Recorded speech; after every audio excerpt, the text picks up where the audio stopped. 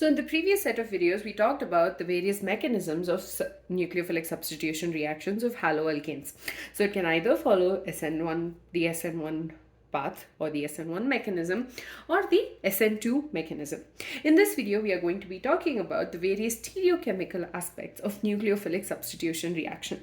So as we know, our molecules are not two-dimensional, as in like CH4 is not just like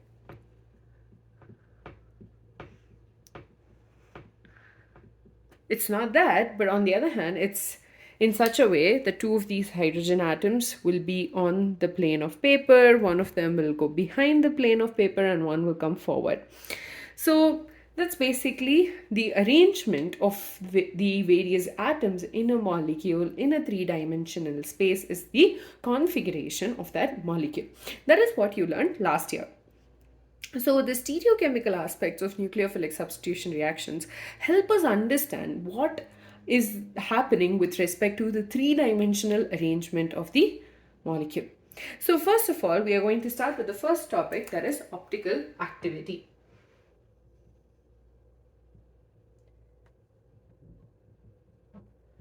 Okay, so optical activity. So this particular thing over here, the diagram over here, is a diagram of a polarimeter. So polarimeter consists of a light source, okay, which can give out unpolarized light. Unpolarized light as in light which can go in all the directions. That's why we have arrow facing all directions. Then it passes through a polarizer. And an example of a polarizer could be a Nicol prism. Okay, and apparently William Nicol was the first one who made a prism which was able to polarize the light. So it went from going in all directions to just one direction. So this is a polarized light.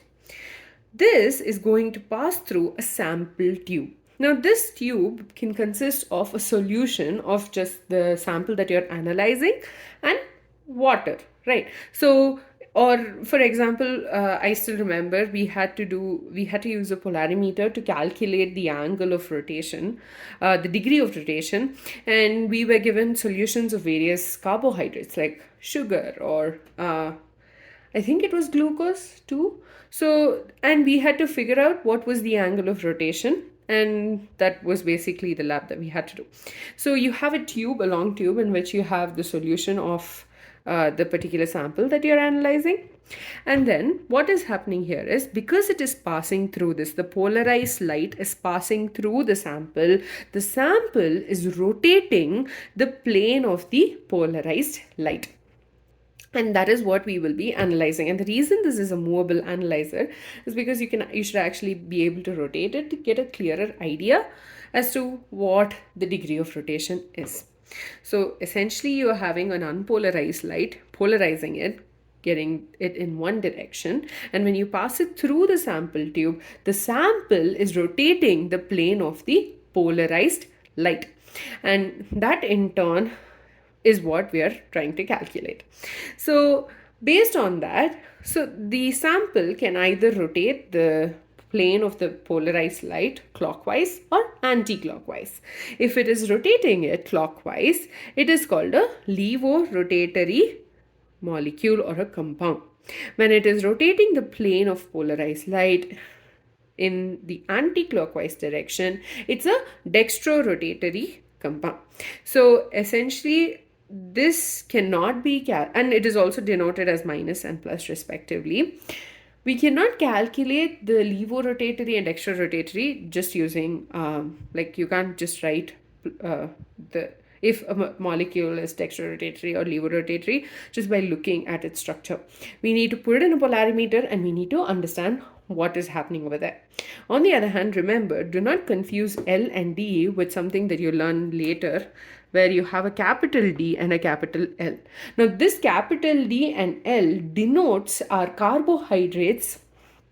So basically carbohydrates configuration and all of the fun stuff there is dependent on D and L. So this D and L is not the same as this and this. It's not. Okay, this is basically giving us an idea if a particular molecule is able to rotate the plane of polarized light to the clockwise or the anti-clockwise direction. For example, over here you have both of these are amino acids, and the R group denotes the fact that it could be any group based on like any group, and based on the R group you have various types of amino acids. So in this case you have the R group with thick line, whereas the H group is on like the dotted line.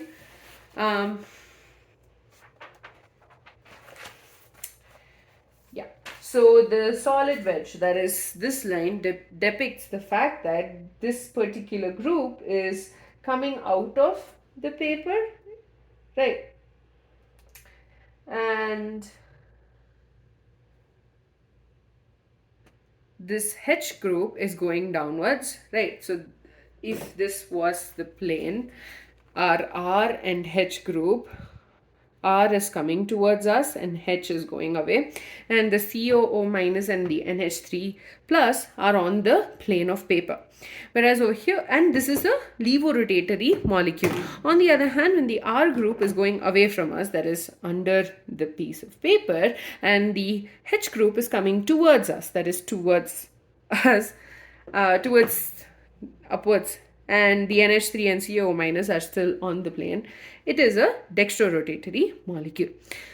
That's it. So optical activity basically means if a molecule is able to rotate the plane of polarized light to the right or the left, it is an optically active molecule. There are ways for us to figure out if a molecule can be optically active or inactive, which we will be talking about in the next video.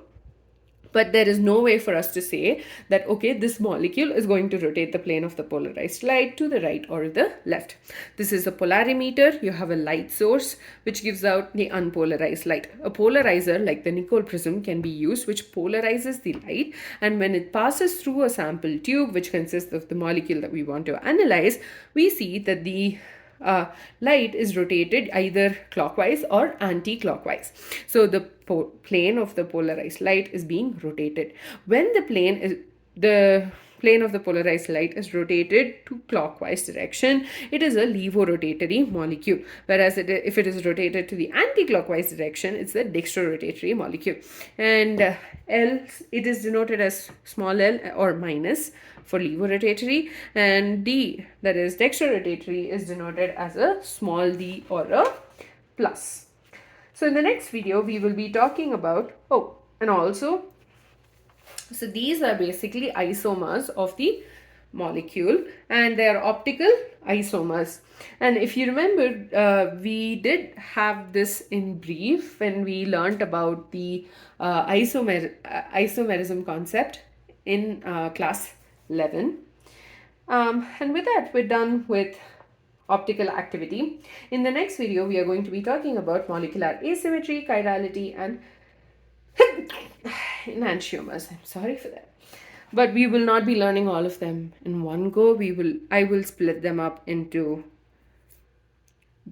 sizable particles to understand. I hope you understood whatever was discussed. If you didn't, do let me know. And if you want clarity on something, also let me know.